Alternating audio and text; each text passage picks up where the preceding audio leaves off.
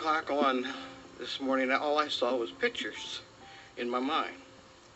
They didn't form a cohesive thing. It didn't really make sense to me, but I would jot things down as I saw them. And I had no rhyme or reason why these pictures came to my mind, but I just do feel a need to share.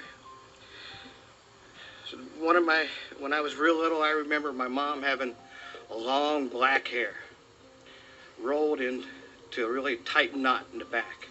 That's the way I knew her for years, until Toby and Jean got in the family and they changed things around.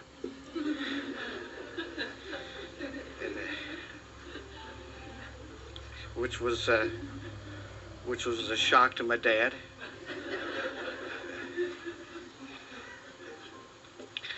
I remember, for some reason, another image came to my mind is being out at the barn, and I remember and I have no idea how old I was, but I was standing at the cow stable door, looking back toward the house and the chicken house.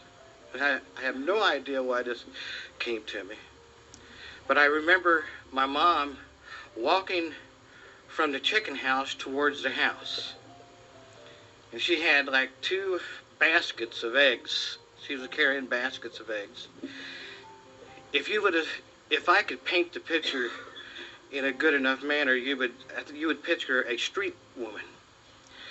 She had the raggediest coat you ever want to imagine having. She had this scarf around her head. I mean, her coat just had holes. The sleeves looked like they was falling off. But I just remember that. And I also remember about 10 or 15 cats following her. And it looked like a parade of other cats. Because she was always good with animals.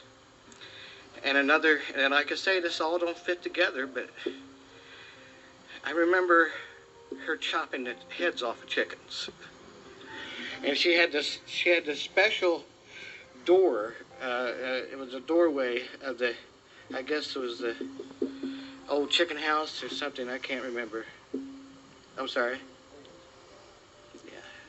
Anyway, it was like a wood door sill there, and she would chop the head off, and then she'd let the chicken run, and that thing would be just flopping all over it. I don't know if she was afraid to hold on to the chicken or what, but I just remember that was such a weird sight to see that chicken running all over the yard with no head on. I remember when Roger was being drafted into the Army, and it was the day that he left, and it was, I don't know, it was really early in the morning. It was 5 or 6 o'clock in the morning, and I was sleeping, and I heard some noise, and it was my mom standing in my room, looking out the front window, out towards the lane, and she was sobbing because her oldest boy was going off to the Army for 2 years. And she never was a showy person. She never showed her emotions except for happiness. But here she was, thinking I was asleep and thinking that I didn't hear this. And even at that young age, I remember I was brokenhearted to see her cry. Then a few years later, I was drafted and went off. And then I came back from overseas, and I remember seeing her at the airport when she finally got there. She had like flat tire or something. She was an hour or so late. She was so upset about that because she was so excited that her youngest son was coming home. And I remember when I first saw her, first time I've seen her in 2 years, and I saw her had gray hair, some gray hair. And that was such a shock to me, because she always had this black hair, and I saw her have gray hair. This kind of goes in this next image. I'm sorry if I'm taking too much time, but the next image that came to my mind goes along with what Nancy was talking about, her cooking. I remember smoking that kitchen so often. It was especially fried chicken. A lot of times Merle Meaver and Roger had talked before about how the chicken would be crispy brown on one side and almost raw on the other side. But she had so much work to do. She was a good cook when she had her time, when she had time to prepare. And her thing was preparing. Her greatest thrill was when the family got together. And she would, and like it was said, that she loved to prepare. And the last thing I wanted to share was, I hope I can get through this. The last year or so, every so often I would take my keyboard in and I would sing at her place. And it was about a year and a half, 2 years ago. I took all my equipment in. Oh, it was probably about 2 or 3 o'clock in the afternoon in the hearth and home. And I told her, I said, now I'm not going to be back until 6:45 that evening. So you might as well just go back to your room and just rest, maybe take a nap or something, because I won't be back until this evening, and then I'll sing. Well, it was like 2 or 3 o'clock in the afternoon, and I set all my equipment up. And then I came in at about 6:45, almost 5 hours later. And my mom was sitting in that same room waiting for me to come back. Now, she had memory problems, but she held on to the fact that I was coming back. And that's what I remember about my mom. She loved us so much.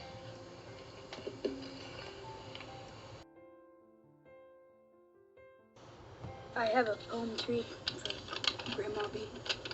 It's called The Watcher by Margaret Windermere. She always leans to watch us, anxious if we were late, in winter by the window, in summer by the gate. And although we mock her tenderly, who had such foolish care, the long way home seemed more safe because she waited there. Her thoughts were all so full of us, she never could forget, and so I think that where she is, she must be waiting yet, waiting till we come to her, anxious if we are late, watching from heaven's window, leaning from heaven's gate.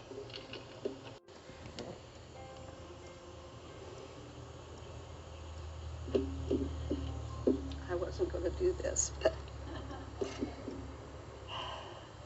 one of the biggest memories I have of Grandma was when she was in Florida, and we were remodeling our house, and we were taking care of her house, taking care of her house while she was down there. And at the top of the stairs was a huge rain barrel with a huge Christmas cactus in it that belonged to her mother. And it was very, very old. It had to have been close to 100 then, because Grandma was up in years, and I believe it was her mother had had it for a long, long time. And I know she cherished that plant because Grandma grew, she had a very good green thumb. And the blizzard came. It was in '78, and everything froze. And they got us out because the electric went out, and we didn't get back into the house until 2 or 3 weeks, and or longer. And when I finally remembered the Christmas cactus, it was dead. I mean, it was hanging to the ground, and it was brown, and I was heart sick, and I didn't want to tell her because I knew how much it meant to her. So we never thought any more about it until she came home in the spring, and she walked through the door. We talked about other things, and I said, Grandma, I hate to tell you, but your mom's Christmas cactus was frozen. The look, the smile that you all know, was gone. I mean, her face just told it all, and I was just heartbroken. So we went up the stairs. She went right up the stairs, and she started looking at it, She studied it. Well, now, I don't know, Toby. She said, I think I see a little bit of green down in there. I said, oh, Grandma, I don't know. I think you've been in Florida sunshine too long. I really think it's gone. She said, I don't think so. But she worked and nursed and took care of that Christmas cactus. And she brought it back. And it is now in our home. It's going to be in my daughter's home. And we're giving starts of it to all of our children, grandchildren. And she has done that because she never gives up. She never gave up. And she always was optimistic and always saw the good. And I will remember her for all that.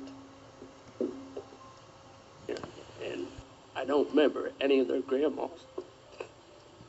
But when any of my friends saw my grandma, they'd always say, "Hey, Grandma B, she was just not our grandma. She was all of Fritz's grandma."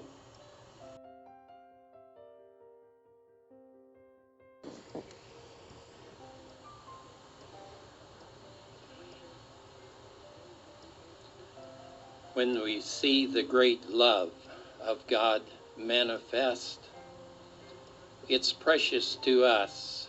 And when we think of the tender times of life, they have a special purpose. And we see the love of God, and here at Lazarus' tomb, how great a love he had for him. Speaking of Jesus, and a Christmas cactus is a reminder of life. Today, beloved, there's a little green in there. And we are grateful that the love of God flows two ways. And by some of the younger who spoke today, it's deeply manifest. And we are thankful for the singing today. It brought back many precious memories. Christ is on the right hand of God, interceding for each of us. He hung on a cross and died for us. Now may we live for him.